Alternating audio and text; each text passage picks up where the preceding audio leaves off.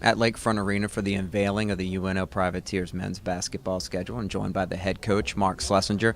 We've talked over the years, that slow, steady road of building towards something special. This is just another step today with a challenging non-conference schedule, which you're used to, plenty of road games, but you have to feel like now competing to win is now something that's going to be frequent, game in, game out, and that's something that's taken a while to get to. Yeah, we really feel like it is. The schedule is loaded with mid-majors. I mean, when you think about that, you're playing two MAC schools, you're going to Northwestern again in the Big Ten, in a Power 5 school, you're going to go to Duquesne. To be able to go back to the Missouri Valley and play Bradley is huge. It's one of the best basketball leagues in the country. And we're excited to be able to go in and compete in these games. And, our goal is to go in and come out with more wins and losses, that's for sure, and be able to build on our momentum from Southern Illinois and from UTEP the year before and be able to build forward.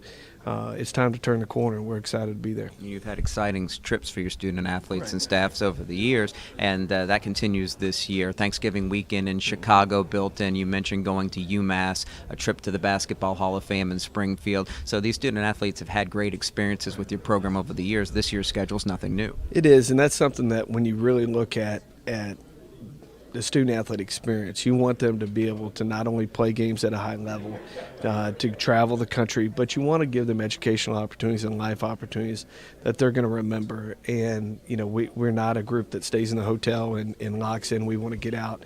We want the student athletes to see stuff, experience life, and see the country. That's the most important thing. The bulk of your roster is from South Louisiana, just outside the state. I-10 recruiting, as you've talked about many times in the past, and then you bring in, on top of the Southland Conference Louisiana rivals, finally getting to play Tulane and UL Lafayette again. That's really special for everybody involved. It is, and most importantly, to have that Tulane game when students are in classes is big. We want our students to be able to go over uptown, to be able to experience the game, to be a part of the excitement, to be a part of what's going on.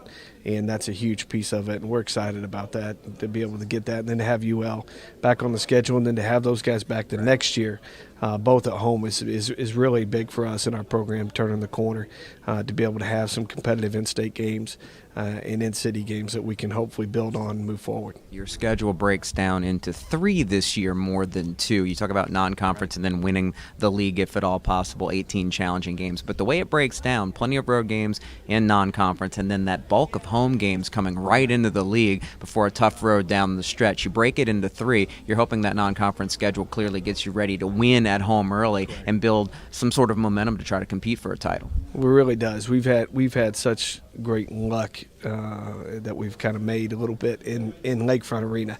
It's a tough place to play. It's a tough place for opponents to come in and win at, and that goes back historically, back to when it opened in 1983. It's always been a tough place to come play. It's tough to travel into the city and win a basketball game, whether it's here, the Pelicans cross town. New Orleans is a pretty good home advantage, and so hopefully we can keep that going again to prepare us into that third section of the schedule. Sports is war. Some people don't like that analogy, but it certainly does apply to an extent.